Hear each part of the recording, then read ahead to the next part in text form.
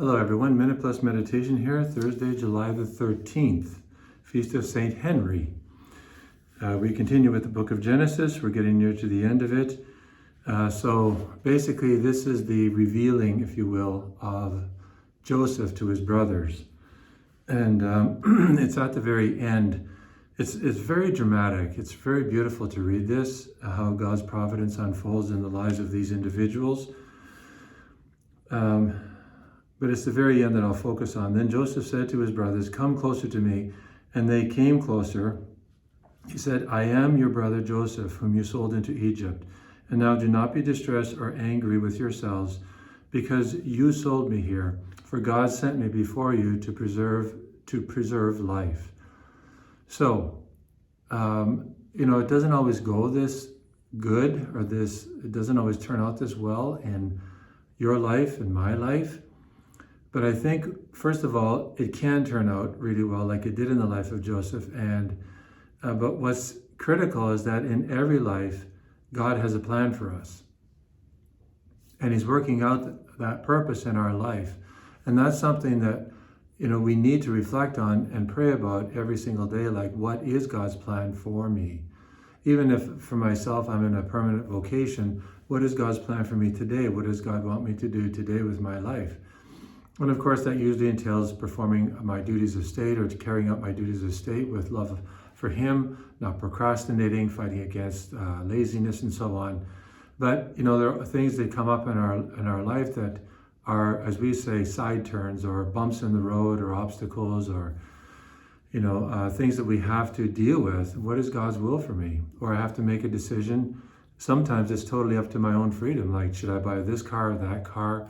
Is it in accord with my budget? Lay people, a house, and so on. What is God's will for me? What's God's will for us? It's a very important question that we get into the mindset of thinking about, what is God's will for me? God has a plan for me.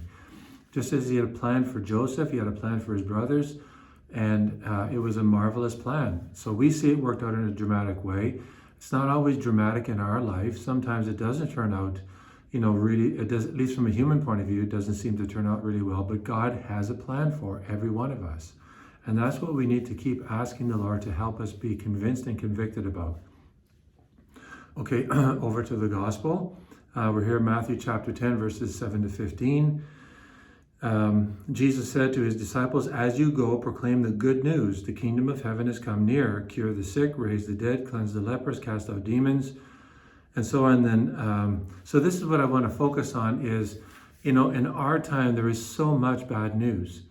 You watch the channels, the cable networks, there's so much bad news. If anybody reads the newspapers anymore, or reads online stuff, there's so much bad news. It seems to be the only thing that captures people's attention. Otherwise, would it even be on there, or would it be minimized? Like, if good news is what really attracted followers, you would think that the networks would highlight or accentuate good news, good stories. But it seems like the bad news is what really attracts people. We have to start thinking in another way. First and foremost, Jesus sends out the apostles to proclaim the good news. What's the good news? He is the good news, right? The kingdom of heaven is near. That means Jesus is near. Jesus is the good news. And we cannot cease to repeat this. We cannot stop saying this. Jesus Christ is the good news. And even in the valley of darkness, I fear no evil, so says Psalm 23. Why? Because you are at my side. Jesus is with us. Jesus has sent out the apostles to preach the good news, but He continues to send you out and me out to preach the good news in our own way. You in your offices, your homes, your social environments, to speak of the good news. And I don't mean being preachy, but speaking when the time comes, speaking of Jesus. What is the source of your hope? For me, it is in an official capacity, but also in my personal life. Jesus means a lot to me, not just something, but He is everything. He's the focus point of my life. Doesn't mean I always live 100% in accord with that, but I go back again and again and again because I want to live the good news, not just talk about the good news. So let us today do whatever we can, however much we are able to actually preach and live the good news. God bless you.